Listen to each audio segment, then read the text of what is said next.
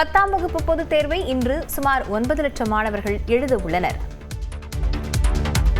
தமிழ்நாட்டில் 10ஆம் வகுப்பு பொதுத் தேர்வு இன்று தொடங்குகிறது. ஏப்ரல் 6ஆம் தேதி வரை தேர்வு நடைபெறும் நிலையில் பள்ளிகளில் படித்த 8,82,000 பேரும் தனித் தேர்வர்கள் 26,000 பேரும் எழுதுகின்றனர். தேர்வுகள் காலை 10 மணிக்கு துவங்கி பிற்பகல் 1:15 மணி வரை நடைபெறும். காலை 10 மணிக்கு கேள்வித்தாள் கொடுக்கப்பட்டு 10 நிமிடங்கள் அதை படிப்பதற்கு அனுமதிக்கப்படும். பின்னர் விடைத்தாள் கொடுக்கப்பட்டு தேர்வர்கள் விவரங்களை சரிபார்த்து கையெழுத்து போட வேண்டும். காலை 10:15 மணி முதல் மதியம் 1:15 மணி வரை தேர்வு நடைபெறும். தேர்வு பணியில் 49,500 ஆசிரியர்களும் முறைகேடுகளை தடுக்க 5,000 பறக்கும் படையினரும் பணியமர்த்தப்பட்டுள்ளனர்.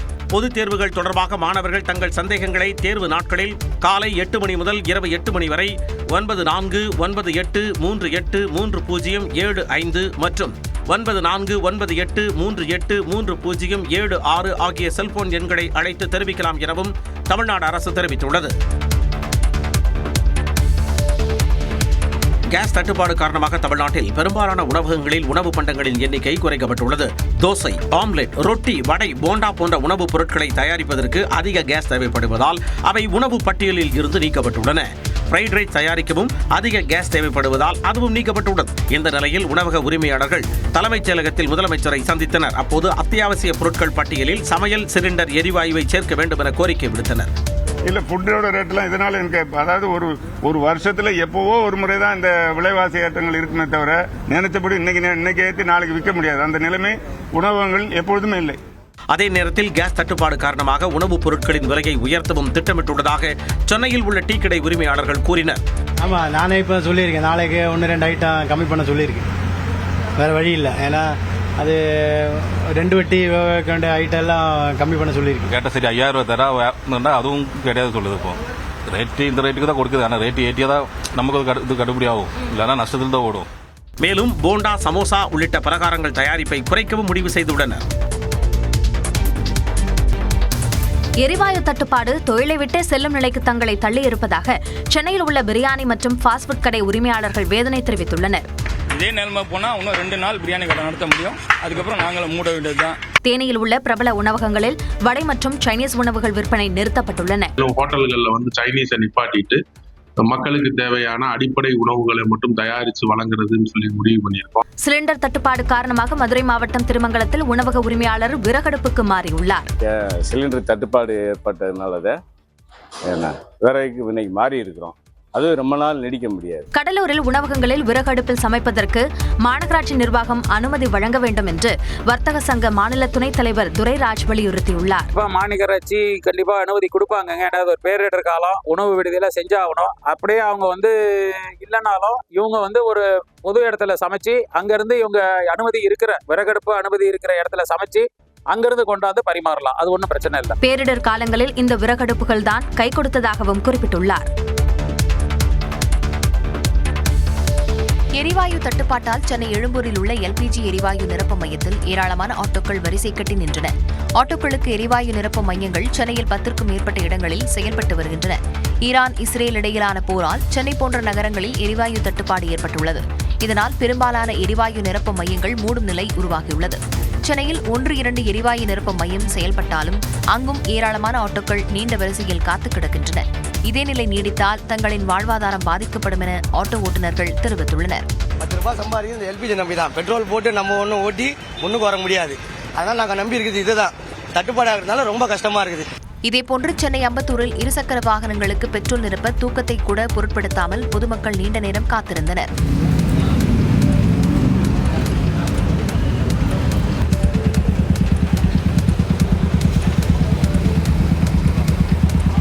பெட்ரோல் தட்டுப்பாடு ஏற்பட வாய்ப்பிருப்பதாக பரவிய தகவலால் இரவோடு இரவாக பங்குகளில் குவிந்தனர். கேஸ் தட்டுப்பாடு காரணமாக ஐடி ஊழியர்களுக்கான தங்கும் விடுதிகளில் டீ, காஃபி வழங்கப்படாது என அறிவிக்கப்பட்டுள்ளது. தமிழ்நாடு ஐடி விடுதிகள் மற்றும் தங்கும் விடுதி உரிமையாளர்கள் சங்கத்தினர் வெளியிட்டுள்ள அறிவிப்பில் கேஸ் தட்டுப்பாடு காரணமாக விடுதிகளில் இனி சப்பாத்தி, தோசை வழங்கப்படாது என தெரிவித்துள்ளனர். இரவு சாப்பாட்டுக்கு இனி சாம்பார் அல்லது குருமா வழங்கப்படாது எனவும் சட்னி மட்டுமே வழங்கப்படும் எனவும் கூறியுள்ளனர். கலவை சாதங்கள் அதிக அளவில் வழங்கப்படும் என்றும் முட்டை மற்றும் அப்பளம் ஒரு நாள் விட்டு ஒரு நாள் வழங்கப்படும் எனவும் தெரிவித்துள்ளனர். இப்போது அவர்கள் பெற்றோர்கள் எல்லாம் எங்களுக்கு ஏமா இன்னைக்கு நைட்டு சாப்பாடு கொடுப்பீங்களா, அப்படின்னு கேட்கறாங்க. சாப்பாடு கொடுப்போம், சாப்பாடு கொடுக்காம இருக்க முடியாது. ஆனால் அதில் சில மாற்றங்களை செய்து கொண்டிருக்கிறோம். எங்களுக்கு ஒரு ஸ்பெஷல் கேட்டகரியா கன்சிடர் பண்ணி தமிழ்நாடு முதலமைச்சர் அவர்களும் பாரத பிரதமர் அவர்களும் எரிவாயு அமைச்சகமும் இந்த விடுதிகளுக்கு, தமிழ்நாடு முழுவதும் இருக்கக்கூடிய விடுதிகளுக்கு இந்த எரிவாயு தங்கு தடையில்லாமல் கிடைப்பதற்கு ஒரு வழி செய்ய வேண்டும். எரிவாயு உற்பத்தி அதிகரிக்க தொடங்கியுள்ளதால் நிலைமை விரைவில் சீராகும் என எதிர்பார்க்கப்படுகிறது. எரிவாயு தட்டுப்பாட்டை தவிர்க்க அதிரடி நடவடிக்கையாக அத்தியாவசிய பொருட்கள் சட்டம் 1955 கீழ் வழங்கப்பட்டுள்ள அதிகாரத்தை பயன்படுத்தி இயற்கை எரிவாயு விநியோக ஒழுங்குமுறை ஆணையை மத்திய அரசு பிறப்பித்துள்ளது. பொதுமக்களுக்கு தேவையான முக்கிய பொருட்களின் உற்பத்தி, விநியோகம், விலை மற்றும் வர்த்தகத்தை கட்டுப்படுத்தும் இந்த அத்தியாவசிய பொருட்கள் சட்டத்துக்குள் எரிவாயு சிலிண்டர் கொண்டு வரப்பட்டுள்ளது. இதன் மூலம் மத்திய கிழக்கு நாடுகளில் நிலவி வரும் போர் சூழலுக்கு மத்தியில் எரிவாயு தட்டுப்பாட்டை சமாளிக்க அனைத்து எண்ணெய் சுத்திகரிப்பு ஆலைகளும் எல்பிஜி உற்பத்தியை அதிகரிக்க மத்திய அரசு உத்தரவிட்டுள்ளது. எல்பிஜி தயாரிக்க பயன்படும் புரோபேன், பியூட்டேன் ஆகியவற்றை பெட்ரோகெமிக்கல் தயாரிப்புகளுக்கு பயன்படுத்தவும் தடை விதிக்கப்பட்டுள்ளது. உற்பத்தி செய்யப்படும் சமையல் எரிவாயுவை Indian oil corporation, Bharat petroleum, Hindustan petroleum ஆகிய அரசு எண்ணெய் நிறுவனங்களுக்கு மட்டும் வழங்க வேண்டும் என்றும் சுத்திகரிப்பு ஆலைகளுக்கு அறிவுறுத்தப்பட்டுள்ளது. இந்த சிலிண்டர்களை வீட்டு சமையல் பயன்பாட்டிற்கே 100% முன்னுரிமையாக வழங்கப்பட வேண்டும் என்றும், உத்தரவை மீறினால் சட்டப்படி நடவடிக்கை எடுக்கப்படும் என்றும் மத்திய அரசு எச்சரித்துள்ளது. மேலும் உர தொழிற்சாலைகளுக்கு அவற்றின் கடந்த 6 மாத சராசரி நுகர்வில் 70% எரிவாயு உறுதி செய்யப்படும் என்றும், தேயிலை தொழிற்சாலைகள் மற்றும் தேசிய எரிவாயு கட்டமைப்புடன் இணைக்கப்பட்ட இதர உற்பத்தி தொழிற்சாலைகளுக்கு 80% எரிவாயு விநியோகம் வழங்கப்படும் என்றும் தெரிவிக்கப்பட்டுள்ளது. நகர எரிவாயு விநியோக நிறுவனங்கள் மூலம் எரிவாயு பெறும் வணிக மற்றும் தொழில்முறை நுகர்வோருக்கு 80% விநியோகம் வழங்கப்படும் என்றும் கூறப்பட்டுள்ளது. கேஸ் தட்டுப்பாடு நிலவும் நிலையில் மக்கள் மாற்று வழிகளை யோசிக்க தொடங்கிவிட்டனர். கேஸ் தட்டுப்பாடு காரணமாக வணிக சிலிண்டர் விநியோகத்தை எண்ணெய் நிறுவனங்கள் வெகுவாக குறைத்துள்ளன. இதனால் உணவகங்களை நடத்தி வருவோர் மாற்று வழிகளை தேடி வருகின்றனர். குறிப்பாக மதுரையைச் சேர்ந்த ஹோட்டல் உரிமையாளர்கள் குறைந்த அளவு விறகுகளை கொண்டு சமைக்க உதவும் ராக்கெட் அடுப்புகளை வாங்கினர். விறகு எரியும் போது பழைய காலத்தில் புனல் வச்சு ஊதுவாங்க. விறகு அமர மாதிரி இருக்கு அப்படின்னா புனல் வச்சு ஊதுனா திருப்பி தீ பிடிக்கும். அதே மாதிரி தான் இதுவும். இது அந்த காற்று ஊதிக்கிட்டே இருக்கும். அதனால அடுப்பு ப்ரெஷர் ஆயிருக்கும். நீங்க ஒரு சிலிண்டர் வாங்குற அளவுக்கு விறகு வாங்கினீங்கன்னா இது 5 சிலிண்டர் அளவுக்கு நம்ம யூஸ் பண்ண முடியும். இதேபோல சென்னையில் பலர் கேஸ் அடுப்புக்கு மாற்றான இண்டக்ஷன் ஸ்டவ்களை வாங்கினர். இதில் இண்டக்ஷன் ஸ்டவ் மட்டும் இல்லாமல் மின்சாரத்தில் யூஸ் பண்ணுற ஏர் fryer, cooker, tea maker, coffee maker இந்த மாதிரிப்பட்ட பொருளோட என்கொயரியும் இப்போ ஜாஸ்தியாக இருக்குது. சென்னையில் சில இடங்களில் விறகு விற்பனையும் அதிகரித்து காணப்பட்டது. நாட்டில் சமையல் எரிவாயு தட்டுப்பாடு தலைவிரித்தாடும் நிலையில் மத்திய அமைச்சர்களுடன் பிரதமர் நரேந்திர மோடி அவசர ஆலோசனை நடத்தினார். அமெரிக்கா, இஸ்ரேலுடனான போர் காரணமாக உலகின் 20% எண்ணெய் வர்த்தகம் நடைபெறும் ஹார்மோஸ் நீரிணையை ஈரான் மூடியதால் இந்தியா உள்ளிட்ட உலக நாடுகளுக்கான கச்சா எண்ணெய் மற்றும் எரிவாயு விநியோகம் தடைபட்டுள்ளது. இந்தியாவில் எரிவாயு தட்டுப்பாட்டால் உணவகங்கள், போக்குவரத்து வாகனங்கள் இயங்க முடியாத நிலை ஏற்பட்டுள்ளது. இந்த பரபரப்பான சூழலுக்கு மத்தியில் மத்திய பெட்ரோலியத்துறை அமைச்சர் ஹர்தீப் சிங் பூரி, வெளியுறவு அமைச்சர் ஜெய்சங்கர் உள்ளிட்டோருடன் பிரதமர் நரேந்திர மோடி அவசர ஆலோசனை நடத்தினார். அப்போது நாட்டில் எரிவாயு தட்டுப்பாட்டின் தற்போதைய நிலை குறித்து பிரதமர் நரேந்திர மோடி கேட்டறிந்ததாக கூறப்படுகிறது.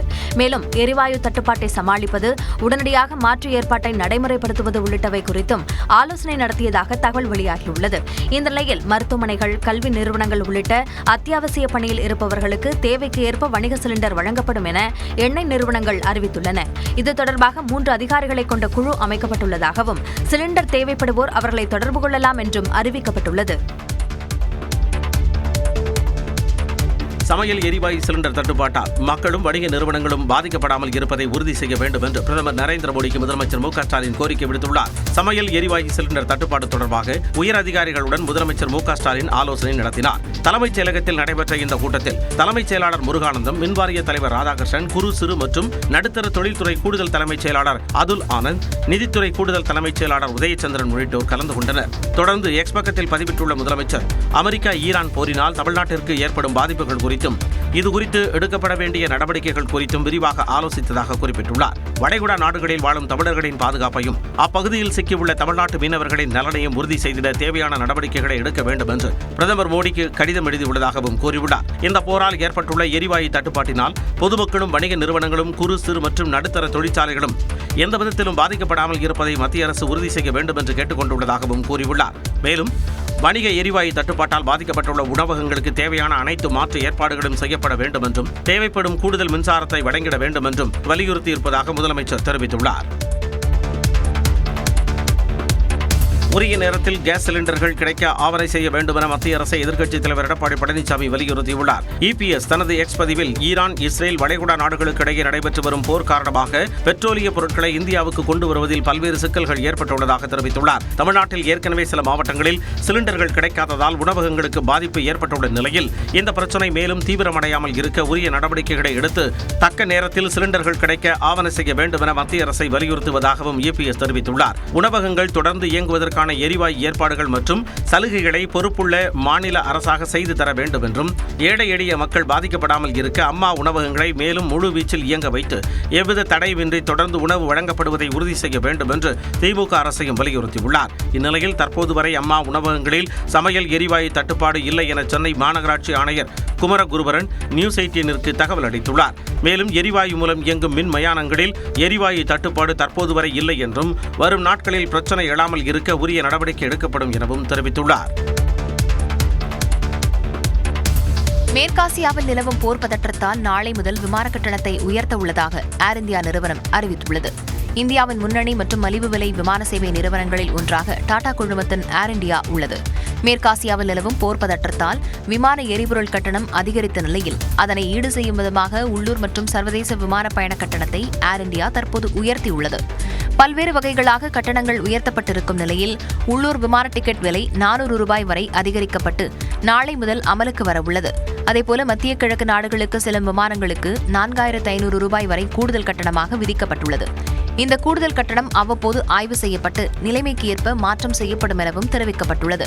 வளைகுடா நாடுகளில் நிலவும் போர் பதற்றம் காரணமாக அபுதாபிக்கான விமான சேவைகளை நடப்பாண்டின் இறுதி வரை நிறுத்தி வைப்பதாக பிரிட்டிஷ் ஏர்வேஸ் அறிவித்துள்ளது.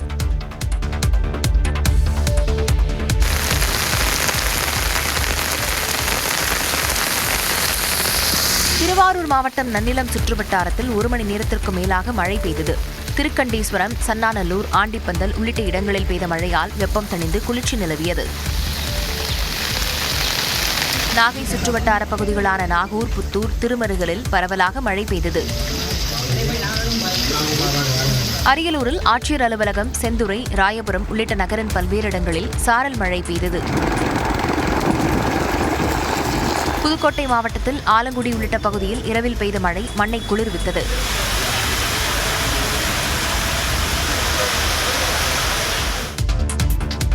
தமிழகம் மற்றும் புதுவையில் அடுத்த 5 நாட்களுக்கு லேசான மழை பெய்யக்கூடும் என சென்னை வானிலை ஆய்வு மையம் தெரிவித்துள்ளது. தென்மேற்கு வங்கக்கடல் பகுதிகளின் மேல் ஒரு வளிமண்டல மேலடுக்கு சுழற்சி நிலவுவதால் இன்று தென் தமிழகத்தில் ஓரிரு இடங்களில் லேசான மழை பெய்யக்கூடும் என கணிக்கப்பட்டுள்ளது.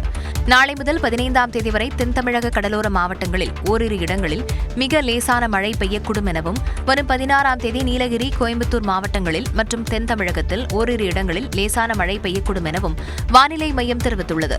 நாளை முதல் 14ஆம் தேதி வரை தமிழகம், புதுவை மற்றும் காரைக்கால் பகுதிகளில் அதிகபட்ச வெப்பநிலை ஓரிரு இடங்களில் 2 முதல் 3 டிகிரி செல்சியஸ் இயல்பை விட அதிகமாக இருக்கக்கூடும் என்றும் தெரிவிக்கப்பட்டுள்ளது.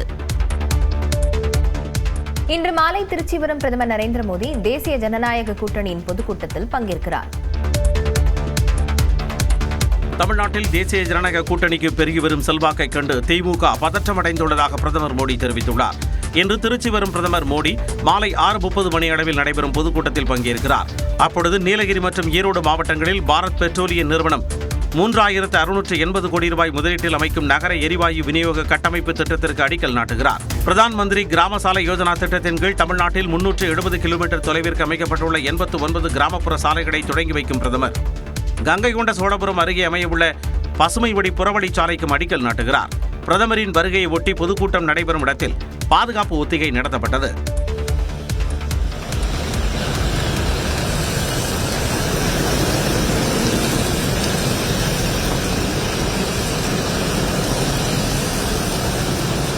இந்நிலையில் தமது திருச்சி வருகை குறித்து எக்ஸ் பக்கத்தில் பதிவிட்டுள்ள பிரதமர், தமிழ்நாடு முழுவதும் தேசிய ஜனநாயக கூட்டணிக்கு பெருகி வரும் செல்வாக்கை கண்டு திமுக தெளிவாக பதற்றமடைந்துள்ளதாகவும், திமுகவின் தவறான நிர்வாகத்தையும் நிறைவேற்றப்படாத வாக்குறுதிகளையும் தமிழக மக்கள் நன்கு புரிந்து கொண்டுள்ளதாகவும் தெரிவித்துள்ளார்.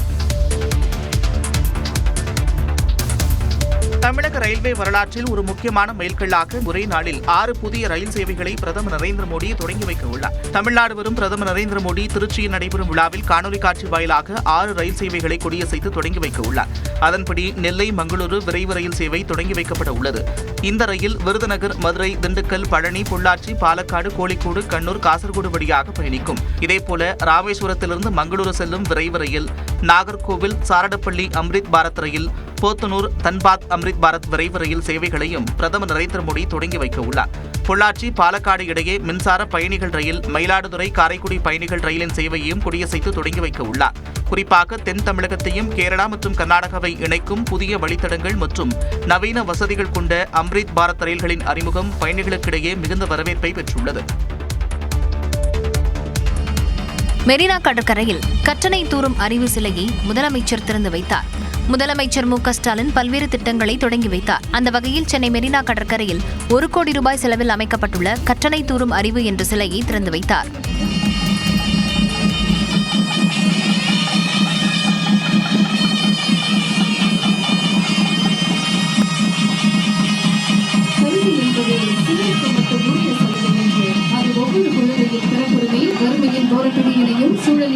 மேலும் கோவை வ.உ.சி. மைதானத்தில் 50 லட்சம் ரூபாய் மதிப்பீட்டில் அமைக்கப்பட்டுள்ள அறிவியல் விஞ்ஞானி ஜி.டி. நாயுடுவின் சிலையை முதலமைச்சர் காணொலி வாயிலாக திறந்து வைத்தார். கோவையில் நடந்த நிகழ்ச்சியில் ஜி.டி. நாயுடுவின் குடும்பத்தினர் பங்கேற்றனர்.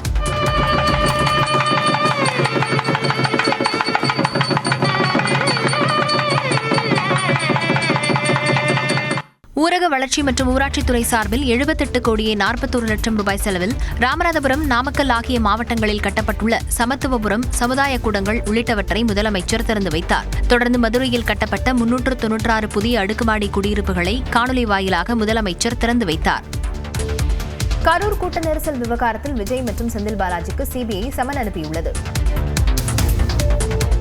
கரூர் கூட்ட நெரிசல் வழக்கு தொடர்பாக வரும் 15ஆம் தேதி ஆஜராகுமாறு விஜய்க்கு சிபிஐ புதிய சம்மன் அனுப்பியுள்ளது.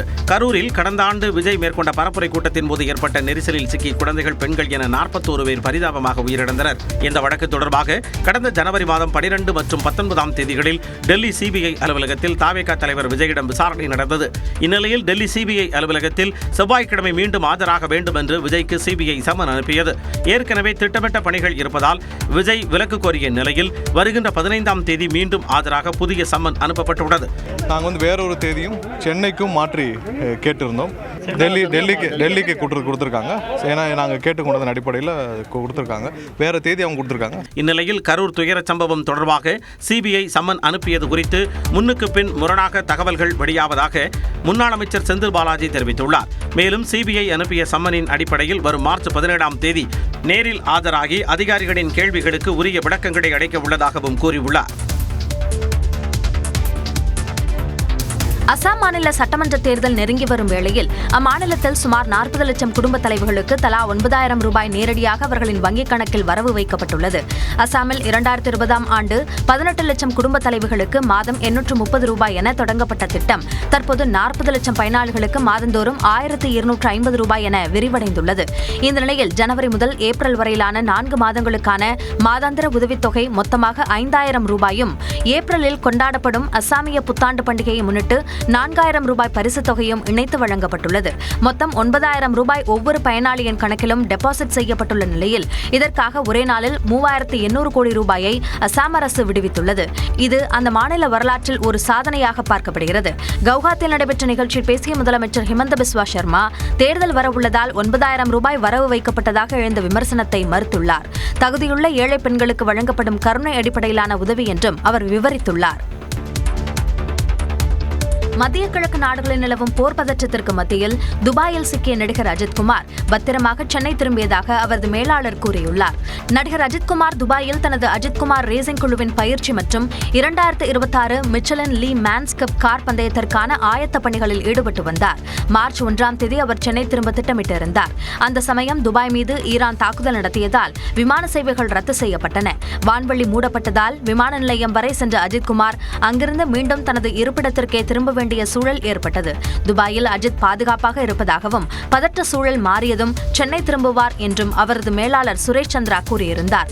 தற்போது துபாய் சர்வதேச விமான நிலையம், அல் மக்தூம் விமான நிலையம் ஆகியவற்றில் வரையறுக்கப்பட்ட அளவில் விமானங்கள் மீண்டும் இயங்க தொடங்கின. இதையடுத்து விமானம் மூலம் அஜித் குமார் சென்னை திரும்பியதாக அவரது மேலாளர் சுரேஷ் சந்திரா தெரிவித்துள்ளார்.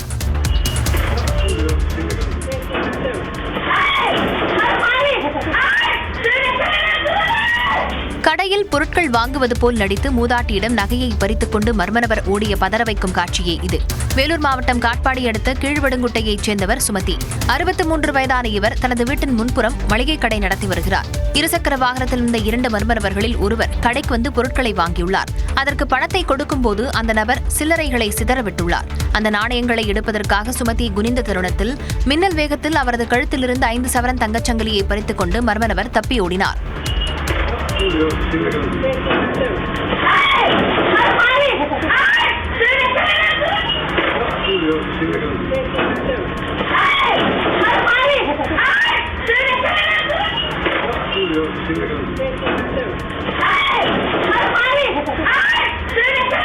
பாதுகாப்புக்காக கடையின் முன்புறம் முழுவதுமாக இரும்பு வலை அமைக்கப்பட்டிருந்தது. பணம் பெறுவதற்காக வைக்கப்பட்டிருந்த சிறிய இடைவெளி வழியாகவே கையை உள்ளே விட்டு அந்த மர்மநபர் இந்த துணிகர பறிப்பில் ஈடுபட்டுள்ளார்.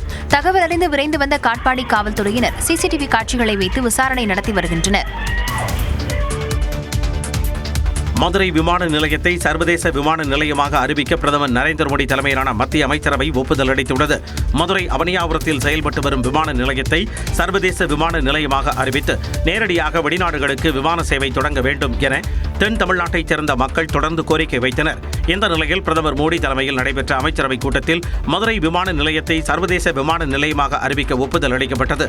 மதுரை விமான நிலையத்தை பெயரளவில் மட்டுமல்லாமல் நடைமுறையிலும் சர்வதேச விமான நிலையமாக தரம் உயர்த்திய பிரதமர் மோடிக்கு தமிழக மக்கள் சார்பாக நன்றி தெரிவிப்பதாக மத்திய அமைச்சர் எல் முருகன் கூறியுள்ளார். இதனிடையே நியூஸ் 18ற்கு பேட்டியளித்த மதுரை விமான நிலைய இயக்குநர் முத்துக்குமார், இனி மதுரையில் இருந்து வெளிநாடுகளுக்கு நேரடி சேவை கிடைக்கும் என்றார். அவங்க இன்டர்நேஷனல் கேரியர்ஸ் இங்கேருந்து ஆப்ரேட் பண்ணுவாங்க. இதனால் நம்மளுக்கு பயன் என்னென்னா ஆப்ஷன்ஸ் இன்க்ரீஸ் ஆகும். நிறைய ஃபாரின் கேரியர்ஸ் இங்கே வருவாங்க. ஸோ ப்ரைஸஸ் ஃபேர் வந்து காம்படிட்டிவாக இருக்கும். ப்ளஸ் நிறைய கனெக்டிவிட்டி டைரெக்டாக இருக்கிறதுக்கு வாய்ப்பு உருவாகுது. மத்திய அரசு அளித்துள்ள ஒப்புதல் மூலம் மதுரை மற்றும் அதனை சுற்றியுள்ள மாவட்டங்களில் சுற்றுலா மேம்படுவதோடு ஆன்மீக பயணம் மேற்கொள்ளும் வெளிநாட்டு பயணிகள் நேரடியாக மதுரைக்கு வர முடியும். இது தவிர மதுரையின் புகழ்பெற்ற மல்லிகைப்பூ மற்றும் கைவினைப் பொருட்களை வெளிநாடுகளுக்கு நேரடியாக ஏற்றுமதி செய்யவும் அதிக வாய்ப்புகள் உருவாகும் என எதிர்பார்க்கப்படுகிறது. சென்னை துறைமுகம் மதுரவாயின் ஈரடுக்கு உயர்மட்ட சாலை அமைக்கும் பணி அடுத்த ஆண்டு நவம்பர் மாதத்திற்குள் நிறைவடையும் என தேசிய நெடுஞ்சாலை ஆணையத்தின் மண்டல அதிகாரி வீரேந்தர் தெரிவித்துள்ளார். சென்னை துறைமுகம் முதல் மதுரவாயில் வரை 21 கிலோமீட்டர் தூரத்திற்கு புதிய 4 வழித்தட ஈரடுக்கு உயர்மட்ட சாலை அமைக்கும் பணிகள் பல்வேறு கட்டங்களில் நடைபெற்று வருகின்றன.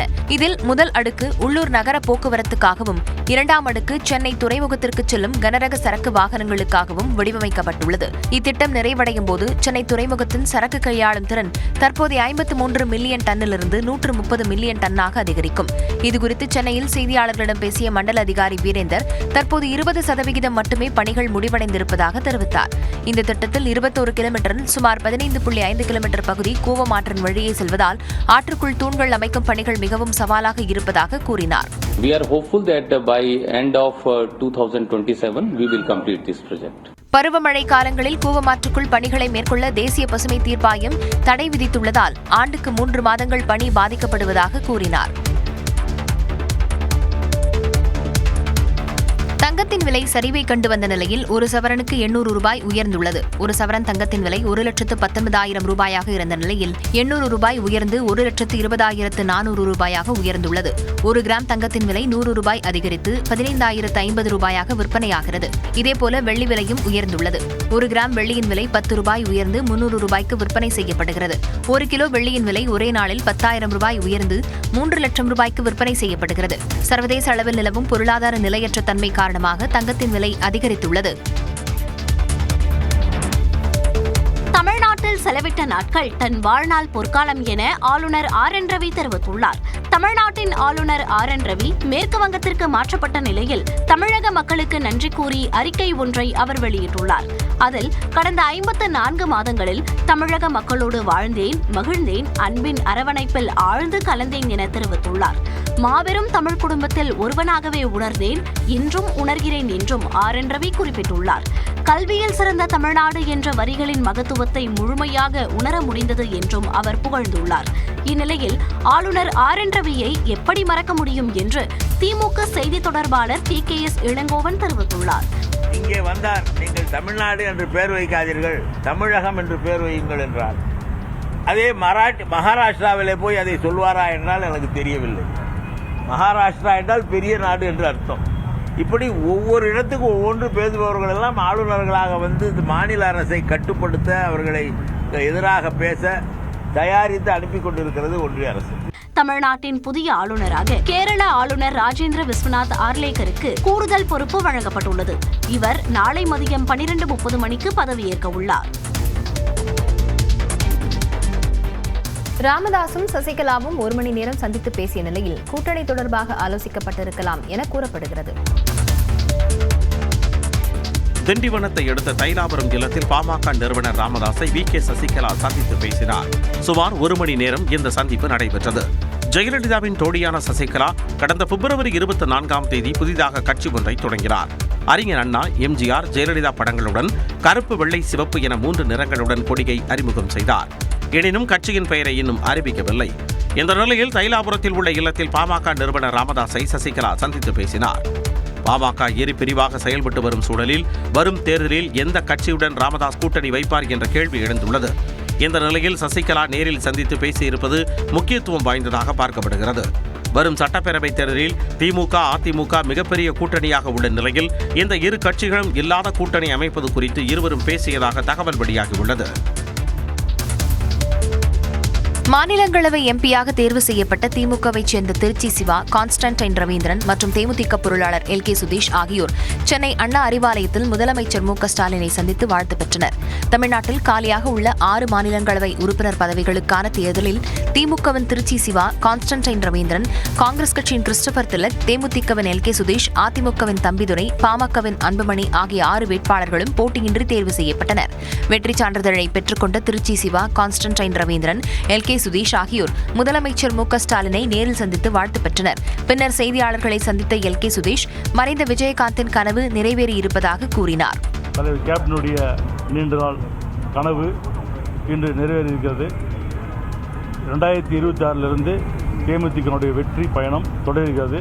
திமுகவுடனான தொகுதி பங்கீடு குறித்த பேச்சுவார்த்தை இன்னும் 2 நாட்களில் தொடங்கும் என தெரிவித்தார்.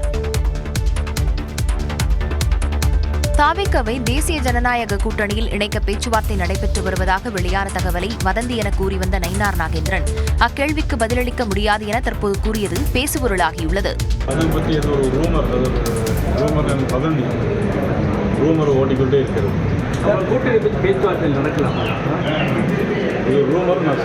இது கட்சியில் நான் இப்போ கட்சியும் வரலாம், அவ்வளோதான். இன்னும் கட்சி நிறைய பேர் இருக்காங்க, நிறைய பேர் கூட்டணியில் சேர்றதுக்காக நிறைய கட்சிகள் வச்சிருக்காங்க. அதை பற்றி நாங்கள் எதுவுமே கருத்து சொல்ல முடியாது. அதை பற்றி நான் எதுவும் கருத்து சொல்ல முடியாது. அதேபோல கூட்டணி குறித்த கேள்விக்கு பதிலளித்த தாவேகா இணை பொதுச் செயலாளர் நிர்மல்குமார் யூகங்களுக்கு பதிலளிக்க முடியாது என கூறினார். நிறைய யூகங்கள் வந்துட்டு இருக்கு, கண்டிப்பாக அதுக்கு பதில் சொல்லவில்லை, விரும்பவில்லை. இன்னொன்று என்னென்னா, ஏதாவது இந்த மாதிரியான ஒரு அறிவிப்பு வருதுன்னா எங்கள் கட்சியில் கண்டிப்பாக அது அஃபிஷியல் அறிவிப்பாக இருக்கும். தாவேகாவுடன் கூட்டணி அமையுமா என்ற கேள்விக்கு பதிலளித்த மத்திய அமைச்சர் பியூஷ் கோயல் எடப்பாடி பழனிசாமியிடம்தான் இது பற்றி கேட்க வேண்டும் என கூறினார். You will have to ask that of the leader of the NDA in Tamil Nadu. Edapadi ji will know better about it. கூட்டணி தொடர்பாக விஜய் அடுத்து என்ன நிலைப்பாடு எடுக்கப் போகிறார் என்ற கேள்வி தமிழக அரசியல் வட்டாரத்தில் கவனம் பெற்றுள்ளது. வேட்பாளர்கள் நேர்காணலை தொடங்கியுள்ள தவிக தலைவர் விஜய் முதல் கட்டமாக 50 வேட்பாளர்களை உறுதி செய்துள்ளதாக தகவல் வெளியாகியுள்ளது. தமிழக வெற்றிக் கழகத்தின் சார்பில் சட்டப்பேரவைத் தேர்தலில் போட்டியிடுவதற்கு விருப்ப மனு அளித்த 50 முக்கிய நிர்வாகிகளிடம் அக்கட்சியின் தலைவர் விஜய் நேர்காணல் நடத்தினார். அப்போது எல்லாவற்றையும் விட்டுவிட்டு வந்துவிட்டதாகவும் இனி தமக்கு அரசியலை தவிர வேறு ஒன்றும் இல்லை என்றும் விஜய் பேசியதாக தெரிகிறது. எதற்கும் துணிந்து வேலை பார்க்க வேண்டும் என்றும் தேர்தலில் வெற்றி பெற முழு மூச்சாக நீங்கள் பணியாற்ற வேண்டும் என்றும் விஜய் கேட்டுக் கொண்டதாக தெரிகிறது. மாவட்ட செயலாளர்கள் அவர்கள் தொகுதி மட்டுமின்றி பிற தொகுதிகளையும் களத்தில் கவனித்துக் கொள்ளவும் விஜய் அறிவுறுத்தியுள்ளார்.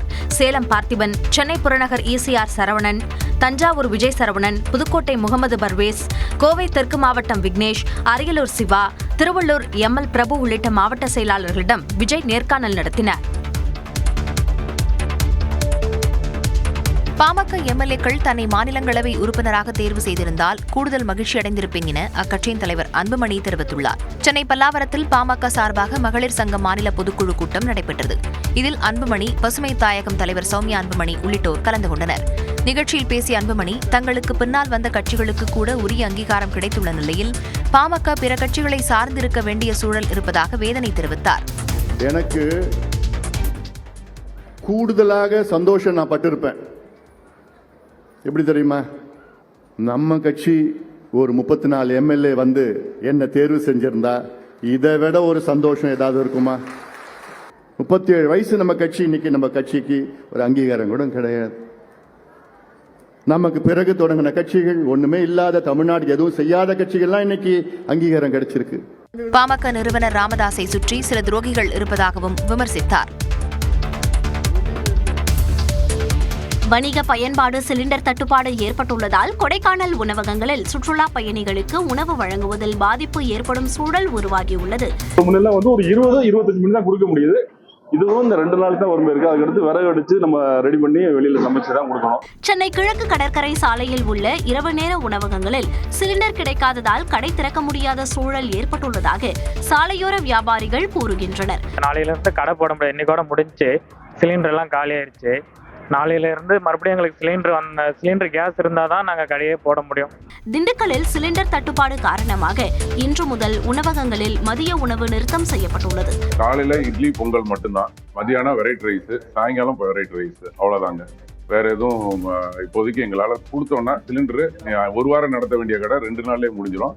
மத்திய மாநில அரசுகள் விரைந்து நடவடிக்கை எடுக்க வேண்டும் என ஹோட்டல் உரிமையாளர்கள் கோரிக்கை வைத்தனர். நாமக்கல் மாவட்டம் காளிப்பட்டியில் சாலையோரம் வைக்கப்பட்டிருந்த பேனர் சரிந்து விழுந்ததில் பள்ளி மாணவி காயமடைந்தார். திருச்செங்கோடு சட்டமன்ற உறுப்பினர் ஈஸ்வரனின் தொகுதி மேம்பாட்டு செயல்பாடுகள் குறித்த சாதனை விளக்க பேனர் காளிப்பட்டி பேருந்து நிலையம் அருகே வைக்கப்பட்டிருந்தது. சூறைக்காற்றில் பேனர் சரிந்து பேருந்துக்காக காத்திருந்த கோணங்கிப்பாளையத்தைச் சேர்ந்த 11ஆம் வகுப்பு மாணவி தாரணியின் தலையில் விழுந்தது. இதில் அவருக்கு இரத்த காயம் ஏற்பட்டது. இதனை கண்ட அக்கம் பக்கத்தினர் மாணவியின் பெற்றோருக்கு தகவல் அளித்தனர். மாணவி தனியார் மருத்துவமனையில் அனுமதிக்கப்பட்டார். இதுகுறித்து மல்லசமுத்திரம் காவல்துறையினர் விசாரணை மேற்கொண்டனர். அரசியல் கட்சியின் சார்பில் வைக்கப்பட்ட பேனர் அனுமதி காலம் முடிந்ததும் அங்கிருந்து அகற்றப்படாமல் இருப்பது தெரியவந்தது. இதையடுத்து பேனரை அகற்றிய காவல்துறையினர் பாதிக்கப்பட்டவர் புகார் அளிக்கும் பட்சத்தில் சம்பந்தப்பட்டவர்கள் மீது சட்ட நடவடிக்கை எடுக்கப்படும் என தெரிவித்தனர். கோவை மாவட்டம் கவுண்டம்பாளையம் அரசு பள்ளியில் மதிய உணவு சாப்பிட்ட 40க்கும் மேற்பட்ட குழந்தைகளுக்கு உடல் உபாதை ஏற்பட்டது. கவுண்டம்பாளையத்தில் செயல்படும் அரசு நடுநிலைப் பள்ளியில் நேற்று மாணவர்கள் மதிய உணவு சாப்பிட்டனர். அப்போது 44 மாணவர்களுக்கு உடல் உபாதை ஏற்பட்டது. மாணவர்கள் சாப்பிட்ட உணவில் பல்லி இருந்ததாக கூறப்படுகிறது. ஒரு குழந்தையை மட்டும் அவரது பெற்றோர் அழைத்துச் சென்ற நிலையில் மீதமுள்ள 43 மாணவர்களும் கோவை அரசு மருத்துவமனையில் அனுமதிக்கப்பட்டனர். கோவை மாநகராட்சி ஆணையர் சிவகுரு பிரபாகரன், மேயர் ரங்கநாயகி ஆகியோர் மருத்துவமனைக்கு சென்று சிகிச்சை குறித்து கேட்டறிந்தனர்.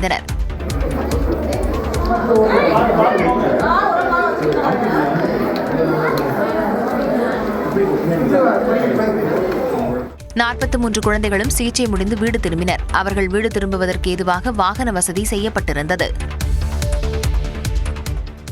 மதுராந்தகம் அருகே சிறுவனுடன் இருசக்கர வாகனத்தில் சென்ற சிறுமியை பாலியல் வன்கொடுமை செய்ததாக 2 கைது செய்யப்பட்டுள்ளனர். செங்கல்பட்டு மாவட்டம் மதுராந்தகம் அருகே 14 வயது சிறுமி பாலியல் வன்கொடுமை செய்யப்பட்ட வழக்கில் முக்கிய குற்றவாளியாக காக்கா பாலாஜி என்பவர் கைது செய்யப்பட்டுள்ளார். தாம்பரம் பகுதியைச் சேர்ந்த 17 வயது சிறுவன் 16 மற்றும் 15 வயதுடைய 2 சிறுமிகளை அழைத்துக் கொண்டு மோட்டார் சைக்கிளில் சென்றுள்ளார். மதுராந்தகம் அருகே செல்லும்போது அவர்களை மதுபோதையில் இருந்த சிலர் பின்தொடர்ந்துள்ளனர். அப்போது சிறுவன் சென்ற பைக் நிலை தடுமாறி விழுந்த நிலையில் 16 வயது சிறுமியை மட்டும் ஏற்றிக்கொண்டு அவர் தப்பித்து சென்றதாக தெரிகிறது. இதனைத் தொடர்ந்து 14 வயது சிறுமியை அந்த கும்பல் பாலியல் வன்கொடுமை செய்துள்ளது. சிறுமி அளித்த புகாரின் பேரில் வழக்கு பதிவு செய்த காவல்துறையினர் முக்கிய குற்றவாளியான ஆவடி பகுதியைச் சேர்ந்த பாலாஜி என்கிற காக்கா பாலாஜியை கைது செய்தனர். இரு இளைஞர்களுக்கிடையே யார் கெத்து என காட்டுவதற்காக பல்லாவரம் இரட்டை கொலை சம்பவம் அரங்கேறிய அதிர்ச்சி தகவல் வெளியாகியுள்ளது. முடிச்சூரைச் சேர்ந்த ஆறுமுகம் மற்றும் தீபக்கிடையே கஞ்சா விற்பனை மற்றும் யார் பெரியவன் என்பதில் கடந்த 5 ஆண்டுகளாக பகை இருந்து வந்தது. இதன் உச்சகட்டமாக கடந்த 8ஆம் தேதி பல்லாவரம் அருகே திரிசூலத்தில் ஒரு வீட்டில் தூங்கிக் கொண்டிருந்த ஆறுமுகம் மற்றும் அவரது நண்பர் சதீஷ் ஆகியோரை ஒரு கும்பல் புகுந்து சரமாரியாக வெட்டி கொலை செய்தது. இந்த கொடூர செயலை தங்கள் செல்போனில் வீடியோ எடுத்த அந்த கும்பல் ஏரியாவில் தங்களது செல்வாக்கை காட்ட மற்ற நண்பர்களுக்கு அதை பகிர்ந்துள்ளது அதிர்ச்சியை ஏற்படுத்தியுள்ளது. இது தொடர்பாக பல்லாவரம் போலீசார் 4 தனிப்படைகள் அமைத்து தேடி வந்த நிலையில் ஸ்ரீஹரி, பிரசாத், சரண்குமார் உள்ளிட்ட 7 வாலிபர்கள் மற்றும் 17 வயது சிறுவர்கள் 2 கைது செய்தனர். கைது செய்யப்பட்டவர்கள் சிறையில் அடைக்கப்பட்ட நிலையில் தலைமறைவாக உள்ள முக்கிய குற்றவாளி தீபக் மற்றும் அவரது கூட்டாளிகளை போலீசார் தீவிரமாக தேடி வருகின்றனர். 21 வயதே ஆன இளைஞர்கள் தங்களுக்குள் யார் கெத்து என காட்டுவதற்காக மோதலில் ஈடுபட்ட சம்பவம் பெரும் பரபரப்பை ஏற்படுத்தியுள்ளது. நாட்டின் பாதுகாப்பு பிரச்சனையை எழுப்பிய போது எதிர்க்கட்சித் தலைவர் ராகுல் காந்தியின் மைக் 15-20 முறை அணைக்கப்பட்டதாக மக்களவையில் திமுக எம்பி டிஆர் பாலு குற்றம் சாட்டினார். மக்களவை சபாநாயகர் ஓம் பிர்லா ஒருதலைபட்சமாக செயல்படுவதாக கூறி அவருக்கு எதிராக காங்கிரஸ் எம்பி முகமது ஜாவேத் நம்பிக்கையில்லா தீர்மானத்தை கொண்டு வந்தார். இதற்கு ஆதரவாக 50க்கும் மேற்பட்ட எம்பிக்கள் எழுந்து நின்றதைத் தொடர்ந்து விவாதத்திற்கு அனுமதி வழங்கப்பட்டது. இந்த விவாதத்திற்காக மொத்தம் 10 மணி நேரம் ஒதுக்கப்பட்டது. இந்த தீர்மானத்தின் மீதான விவாதத்தில் பேசிய டிஆர் பாலு நாட்டின் பாதுகாப்பு தொடர்பான முக்கிய விவகாரங்களை ராகுல் காந்தி எழுப்ப முயன்றபோது அதற்கு சபாநாயகர் அனுமதி மறுத்ததாக குற்றம் சாட்டினார். Ruling party as well as opposition are the two sides of a coin. Whatever the ruling party has got the rights and privileges, the same thing holds good to the opposition also.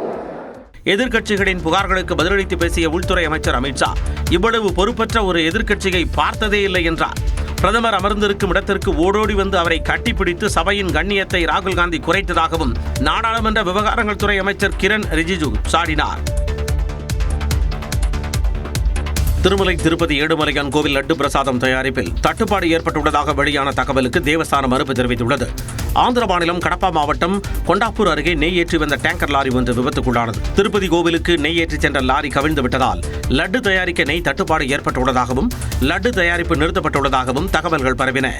இந்த தகவலை முற்றிலுமாக மறுத்துள்ள திருப்பதி தேவஸ்தானம் லட்டு தயாரிப்பு எந்தவித இடையூறும் இன்றி வழக்கம் போல தொடர்ந்து நடைபெறுவதாக குறிப்பிட்டுள்ளது. தற்பொழுது சுமார் 7 லட்சம் லட்டுகள் இருப்பு வைக்கப்பட்டுள்ளதாகவும் தேவஸ்தானம் நெய் வாங்குவதற்கு ஒரே நிறுவனத்தை மட்டுமே நம்பியிருக்கவில்லை என்றும் விவரித்துள்ளது. 3 வெவ்வேறு நிறுவனங்களிடமிருந்து நெய் கொள்முதல் செய்யப்படுவதால் ஒரு நிறுவனத்தின் விநியோகத்தில் பாதிப்பு ஏற்பட்டாலும் மற்ற 2 நிறுவனங்கள் மூலம் தடையின்றி நெய் கிடைப்பது உறுதி செய்யப்படுவதாகவும் தேவஸ்தானம் கூறியுள்ளது. விபத்தில் சிக்கிய லாரி இந்தாப்பூர் டெய்ரி நிறுவனத்திற்கு சொந்தமானது என்பது உண்மைதான் என்றும் அதே சமயம் மற்ற நிறுவனங்களிடமிருந்து நெய் தொடர்ந்து வந்து கொண்டிருப்பதால் கையிருப்பில் எந்த குறையும் இல்லை என்றும் குறிப்பிட்டுள்ளது. பக்தர்களின் உணர்வுகளை புண்படுத்தும் வகையில் இத்தகைய தவறான பிரச்சாரங்களை செய்ய வேண்டாம் என்றும் தேவஸ்தானம் கேட்டுக் கொண்டுள்ளது. மேற்குவங்க மாநில வாக்காளர் பட்டியலில் நிலுவையில் உள்ள லட்சக்கணக்கான நோட்டீஸ்கள் மற்றும் ஆட்சேபனைகள் குறித்து முடிவெடுத்து தேர்தலுக்கு முன் முறையான வாக்காளர் பட்டியலை உறுதி செய்ய தேர்தல் ஆணையத்திற்கு உச்சநீதிமன்றம் உத்தரவிட்டுள்ளது. மேற்குவங்கத்தில் நடைபெறவுள்ள தேர்தலை முன்னிட்டு மேற்கொள்ளப்பட்ட சிறப்பு தீவிர திருத்தப் பணியின் கீழ் சுமார் 63 லட்சம் வாக்காளர்களுக்கு நோட்டீஸ் அனுப்பப்பட்டது. இதில் சுமார் 60 லட்சம் வாக்காளர்களின் பெயர்கள் ஆய்வில் உள்ளவை என வகைப்படுத்தப்பட்டு இறுதி வாக்காளர் பட்டியல் கடந்த பிப்ரவரி 28ஆம் தேதி அன்று வெளியிடப்பட்டது. இது தொடர்பான வழக்கில் மேற்குவங்க அரசும் தேர்தல் ஆணையமும் மாறி மாறி குற்றஞ்சாட்டியதால் மாவட்ட நீதிபதிகள் மற்றும் முன்னாள் நீதிபதிகளை பயன்படுத்தி எஸ்ஐஆர் பணியை விரைந்து முடிக்க உத்தரவிட்டிருந்தது. இந்த நிலையில் வழக்கு மீண்டும் விசாரணைக்கு வந்தது. அப்போது ஆய்வில் இருந்த சுமார் 60 லட்சம் மனுக்களில் இதுவரை 10.16 லட்சம் மனுக்கள் மீது முடிவெடுக்கப்பட்டுள்ளதாக மேற்குவங்க உயர்நீதிமன்ற தலைமை நீதிபதி தரப்பில் தெரிவிக்கப்பட்டது. மீதமுள்ள 50 லட்சம் மனுக்களையும் விரைந்து முடிக்க மேற்குவங்க உயர்நீதிமன்றம் கூடுதல் அமர்வுகளை அமைத்துக் கொள்ள உச்சநீதிமன்றம் அனுமதி அளித்தது. ஒவ்வொரு 10 லட்சம் மனுக்கள் மீதும் விசாரணை முடிவடைந்தவுடன் அது குறித்து துணை பட்டியலை தேர்தல் ஆணையம் உடனடியாக வெளியிட வேண்டும் என்றும் நீதிபதிகள் உத்தரவிட்டனர். இது பிப்ரவரி 28ஆம் தேதி அன்று வெளியிடப்பட்ட இறுதி பட்டியலுடன் இணைக்கப்பட வேண்டும் என்றும் அறிவுறுத்தினர். தமிழ்நாட்டில் நாள் ஒன்றுக்கு 4 லட்சம் சமையல் எரிவாயு சிலிண்டர்கள் விநியோகம் செய்யப்பட்டு வந்த நிலையில் மத்திய கிழக்கு நாடுகளில் ஏற்பட்டுள்ள போர் பதற்றம் காரணமாக இந்த எண்ணிக்கை சரியும் அபாயம் ஏற்பட்டுள்ளது. தமிழ்நாட்டில் சுமார் 2,20,00,000 வீடுகளுக்கு சுமார் 2.27 கோடி எரிவாயு இணைப்புகள் உள்ளன. அதாவது மாநிலத்தின் மொத்த தேவையை விட 7 லட்சம் இணைப்புகள் கூடுதலாக உள்ளதாக இந்தியன் ஆயில் நிறுவனத்தின் தரவுகள் தெரிவிக்கின்றன. ஆண்டுக்கு ஒரு வீட்டிற்கு சராசரியாக 6 சிலிண்டர்கள் என கணக்கிட்டால் தமிழகத்தில் ஆண்டுக்கு 13.6 கோடி சிலிண்டர்கள் பயன்படுத்தப்படுகின்றன. இதன் அடிப்படையில் நாள் ஒன்றுக்கு சுமார் 3.7 லட்சம் வீட்டு உபயோக சிலிண்டர்கள் விநியோகம் செய்யப்படுகின்றன. ஹோட்டல்கள், தொழிற்சாலைகளுக்கு பயன்படுத்தப்படும் 19 கிலோ எடை கொண்ட வணிக சிலிண்டர்களின் தேவை நாள் ஒன்றுக்கு 30,000 முதல் 40,000 வரை உயர்ந்துள்ளது.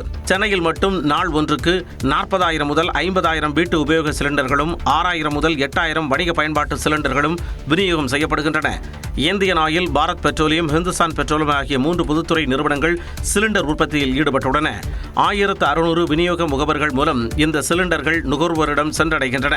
குழாய் வழி எரிவாயு திட்டத்திற்கு பதிலாக பல இடங்களில் சிலிண்டர் விநியோகத்தை நம்பியிருப்பதால் விநியோகச் சங்கிலியில் சிறு பாதிப்பு ஏற்பட்டாலும் அது உடனடியாக தட்டுப்பாடாக மாறும் நிலை உள்ளது.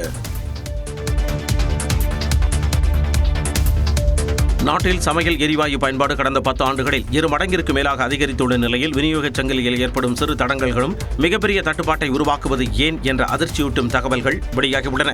சமையல் எரிவாயு உற்பத்தியில் இந்தியாவை ஈடுபட்டிருந்தாலும் நாட்டின் மொத்த தேவையில் 57% முதல் 60% வரை வெளிநாடுகளில் இருந்து இறக்குமதி செய்யப்படுகிறது. இந்தியா ஆண்டுக்கு சுமார் 30 மில்லியன் டன் சமையல் எரிவாயுவை பயன்படுத்துகிறது. அதற்கு தேவையான எரிவாயுவை சவுதி அரேபியா, கத்தார், ஐக்கிய அரபு அமீரகம், அமெரிக்கா ஆகியவை வழங்குகின்றன. கடந்த 2014ஆம் ஆண்டு 14 கோடியாக இருந்த எரிவாயு இணைப்புகளின் எண்ணிக்கை தற்பொழுது 33 கோடியாக உயர்ந்துள்ளது. இந்த அசுர வேக வளர்ச்சிக்கு ஈடுகொடுக்கும் வகையில் உள்நாட்டு உற்பத்தி அமையாததே தட்டுப்பாட்டிற்கு முக்கிய காரணமாக பார்க்கப்படுகிறது. இந்தியாவில் எரிவாயு இறக்குமதியில் 60% ஹார்முஸ் நீரிணை வழியாகவே நடைபெறுகிறது. இந்த வழித்தடத்தில் நிலவும் புவிசார் அரசியல் பதற்றங்கள் இந்தியாவின் எரிவாயு விநியோகத்தை நேரடியாக பாதிக்கின்றன. துறைமுகங்களில் இறக்கப்படும் எரிவாயு குழாய் வழித்தடம் அல்லது லாரிகள் மூலம் நிரப்பும் ஆலைகளுக்கு கொண்டு செல்லப்படுகின்றன. ஆனால் இறக்குமதியாகும் எரிவாயுவை 2 அல்லது 3 நாட்களுக்கு மேல் சேமித்து வைக்க தேவையான போதிய தொழில்நுட்ப வசதிகள் மற்றும் கட்டமைப்பு இன்னும் முழுமையாக மேம்படுத்தப்படாததும் தட்டுப்பாட்டிற்கு காரணமாக பார்க்கப்படுகிறது. இந்தியாவில் எரிபொருள் தட்டுப்பாடு ஏற்பட்டுள்ள நிலையில் அதனை சரி செய்வதற்கு தங்களால் இயன்ற உதவிகளை செய்ய ரிலையன்ஸ் நிறுவனம் உறுதி பூண்டுள்ளதாக தெரிவித்துள்ளது. இது தொடர்பாக ரிலையன்ஸ் இண்டஸ்ட்ரீஸ் லிமிடெட் வெளியிட்டுள்ள அறிக்கையில், இந்திய குடும்பங்களுக்கு தேவையான அத்தியாவசிய எரிபொருட்கள் தடையின்றி கிடைப்பதை உறுதி செய்வது தேசத்தின் முன்னுரிமையாக உள்ளது என தெரிவிக்கப்பட்டுள்ளது. குஜராத் மாநிலம் ஜாம்நகரில் உள்ள தங்களது நிறுவனத்தின் மூலம் எல்பிஜி உற்பத்தியை அதிகரிக்க ரிலையன்ஸ் நிறுவனம் தீவிர நடவடிக்கைகளை எடுத்து வருவதாக கூறியுள்ளது. உள்நாட்டு சந்தைக்கான விநியோகம் சீராக இருப்பதை உறுதி செய்ய இதற்காக 24 மணி நேரமும் தங்களது குழுக்கள் பணியாற்றி வருவதாகவும், ரிலையன்ஸ் நிறுவனத்தை பொறுத்தவரை இந்தியாவின் எரிசக்தி பாதுகாப்பும் கோடிக்கணக்கான இந்திய குடும்பங்களின் நலனுமே எப்பொழுதும் முதன்மையானது எனவும் தெரிவித்துள்ளது. இந்திய அரசுடன் நெருக்கமாக பணியாற்றுவதோடு வழிகாட்டு நெறிமுறைகளை பின்பற்றி தேவைப்படும் துறைகள் உள்ளிட்டவற்றுக்கு எரிசக்தி சென்றடைவதை உறுதி செய்வோம் என்றும், இந்த இக்கட்டான காலங்களில் ரிலையன்ஸ் நிறுவனம் தேசத்தின் பக்கம் உறுதியாக நிற்கும் எனவும் தெரிவித்துள்ளது. தெலுங்கு குணச்சித்திர நடிகை பாவலா சியாம்லா உடல்நலம் பாதிக்கப்பட்டுள்ள நிலையில் அவருக்கு மாதந்தோறும் 10,000 ரூபாய் வழங்குவதாக நடிகர் அல்லு அர்ஜுன் அறிவித்துள்ளார். தெலுங்கு சினிமாவில் 250க்கும் மேற்பட்ட படங்களில் நடித்துள்ள பாவலா சியாம்லா தற்பொழுது போதிய பட வாய்ப்புகள் இல்லாமலும் முதுமை மற்றும் உடல்நலக் குறைவாலும் கடும் நிதி நெருக்கடியில் தவித்து வருகிறார். இவருடைய மகளும் தீவிர உடல்நலப் பிரச்சனையால் பாதிக்கப்பட்டுள்ள நிலையில் மருந்து மற்றும் அடிப்படை தேவைகளுக்கே வழியில்லாத நிலையில் தவித்து வருவதாக செய்திகள் வெளியாகின. இதை அறிந்த அல்லு அர்ஜுன் பாவலா சியாம்லா மற்றும் அவரது மகளின் மருத்துவ செலவு மற்றும் வாழ்வாதாரத்திற்காக மாதந்தோறும் 10,000 ரூபாய் வழங்குவதாக உறுதியளித்து அதற்கான ஏற்பாடுகளை செய்துள்ளார். ஏற்கனவே ஆந்திர மாநிலம் வேட்டப்பாளையத்தில் பட்டாசாலை விபத்தில் தந்தையை இழந்த மாற்றுத்திறனாளி சிறுமி கதிம்பள்ளி துர்காவுக்கு மாதந்தோறும் 7,500 ரூபாய் அல்லு அர்ஜுன் வழங்கி வருவது குறிப்பிடத்தக்கது. திமுக தருவதாக கூறும் தொகுதிகள் ஏற்புடையதாக இல்லை என மார்க்சிஸ்ட் கம்யூனிஸ்ட் மாநில செயலாளர் சண்முகம் தெரிவித்துள்ளார். அங்கே கூடுதல் வேணும்னு இருக்கோம். அவங்க தரப்பில் இருக்கக்கூடிய சிரமங்களை தெளிவுபடுத்தியிருக்கிறாங்க. மியூச்சுவலி நாங்கள் அதை பேசி முடிப்போம். திமுகவுடனான கூட்டணி பேச்சுவார்த்தைக்கு பிறகு மார்க்சிஸ்ட் கம்யூனிஸ்ட் கட்சியின் மாநில செயலாளர் சண்முகம் இவ்வாறு கூறினார். சென்னை அண்ணா அறிவாலயத்தில் திமுக பேச்சுவார்த்தை குழுவுடன் மார்க்சிஸ்ட் கம்யூனிஸ்ட் கட்சி சார்பில் அக்கட்சியின் மாநில செயலாளர் சண்முகம், மாநில செயற்குழு உறுப்பினர்கள் கனகராஜ், சாமுவேல் ராஜ், கண்ணன் ஆகியோர் சந்தித்து பேச்சுவார்த்தை நடத்தினர்.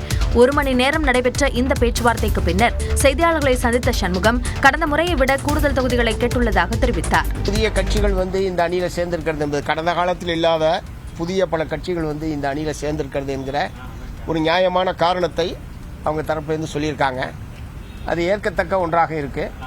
அதனால நாங்கள் எதிர்பார்த்த கூடுதலான தொகுதிகளுக்கு வாய்ப்பில்லை என்ற நிலையில் கடந்த முறை போட்டியிட்டதை விட கூடுதலான தொகுதிகள் போட்டியிட வேண்டும் என்ற முறையில் நாங்கள் வற்புறுத்தியிருக்கிறோம். கூடுதல் தொகுதினா கடந்த முறையை விட கூடுதல் தானே அர்த்தம். திமுக தலைமையிடம் பேசி மீண்டும் அழைப்பு விடுப்பதாக அக்கட்சியின் பேச்சுவார்த்தை குழுவினர் கூறியதாகவும் சண்முகம் தெரிவித்தார். வரும் சட்டமன்ற தேர்தலில் தனிச்சின்னத்தில் போட்டியிட மதிமுக கோரிக்கை வைத்ததாகவும் அதற்கு திமுக மறுப்பு தெரிவித்துவிட்டதாகவும் தகவல் வெளியாகியுள்ளது. திமுக கூட்டணியில் உள்ள மதிமுக கடந்த சட்டமன்ற தேர்தலில் உதயசூரியன் சின்னத்தில் 6 தொகுதிகளில் போட்டியிட்டது. இந்த முறை அதனை 4 தொகுதிகளாக குறைக்க திமுக தரப்பில் வலியுறுத்தப்பட்டதாக கூறப்படுகிறது. ஆனால் கடந்த முறை போல் அல்லாமல் வரும் தேர்தலில் தனிச்சின்னத்தில் போட்டியிட மதிமுக தரப்பில் திமுகவிடம் கோரிக்கை வைக்கப்பட்டதாக தெரிகிறது. ஆனால் அதனை திமுக மறுத்துவிட்ட நிலையில் 4 தொகுதிகளை 5 தொகுதிகளாக உயர்த்தி தர திமுக முன்வந்துள்ளதாக இருப்பதாகவும் தகவல் வெளியாகியுள்ளது. கூட்டணியில் உள்ள கம்யூனிஸ்ட் கட்சிகளுடன் தொகுதி பங்கீடு குறித்து முடிவு செய்த பின் மதிமுக குறித்து முடிவெடுக்கப்படும் என கூறப்படுகிறது. பிரதம மந்திரி உஜ்வாலா திட்டம் காரணமாக இந்தியாவில் கிராமங்களில் கேஸ் பயன்பாடு அதிகரித்துள்ளது. அனைவருக்கும் எரிவாயு இணைப்பு என்ற திட்டத்தின் கீழ் இந்தியாவில் பிரதம மந்திரி உஜ்வாலா திட்டம் செயல்படுத்தப்பட்டு வருகிறது. இந்த திட்டத்தின் கீழ் பயனாளிகளுக்கு இலவச அடுப்பு வழங்கப்படுவதோடு முதல் சிலிண்டர் இலவசமாக வழங்கப்படுகிறது. மேலும் சிலிண்டர் பெறுவதற்கான வைப்புத் தொகையும் வசூலிக்கப்படுவதில்லை. இது தவிர ஆண்டுக்கு 12 சிலிண்டர்களுக்கு தலா 300 ரூபாய் மானியமும் அளிக்கப்படுகிறது. இந்த திட்டத்தின் காரணமாகவே இந்தியாவில் கிராமங்களிலும் கேஸ் பயன்பாடு அதிகரித்துள்ளது. இந்தியா தனது LPG தேவையை 60% மேற்பட்டதை இறக்குமதி மூலமாகவே மேற்கொள்கிறது. உள்நாட்டில் உள்ள எண்ணெய் சுத்திகரிப்பு நிலையங்கள் மூலம் எஞ்சிய 40% சேவையை சந்திக்கிறது. இறக்குமதியை பொறுத்தவரையில் கத்தாரிலிருந்து அதிகபட்சமாக 27%, ஐக்கிய அரபு அமீரகத்திலிருந்து 26%, சவுதி அரேபியாவிலிருந்து 19% எரிவாயுவை இந்தியா இறக்குமதி செய்கிறது. சட்டமன்ற தேர்தல் நெருங்கி வரும் சூழலில் பொதுமக்களிடையே பாதுகாப்பு உணர்வை ஏற்படுத்தும் விதமாக தமிழ்நாட்டின் பல்வேறு நகரங்களில் மத்திய துணை ராணுவ படையினரின் கொடி அணிவகுப்பு நடைபெற்றது. கோவை மாவட்டத்தில் சீரநாயக்கன் பாளையத்திலிருந்து வடவள்ளி வரை நடைபெற்ற கொடி அணிவகுப்பில் மத்திய துணை ராணுவ படை, மத்திய பாதுகாப்பு படையினர் கலந்து கொண்டனர்.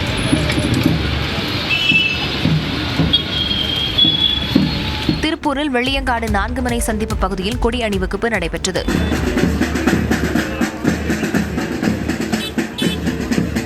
தேர்தல் பாதுகாப்பு பணிக்காக தூத்துக்குடி வந்துள்ள 85 துணை ராணுவ படையினர் மாநகரின் முக்கிய வீதிகளில் கொடி அணிவகுப்பில் ஈடுபட்டனர்.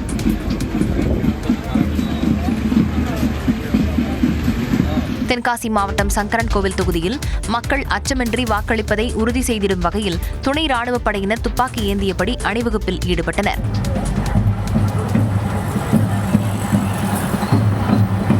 இதேபோன்று தருமபுரி, நாமக்கல் உள்ளிட்ட இடங்களிலும் கொடி அணிவகுப்பு நடைபெற்றது.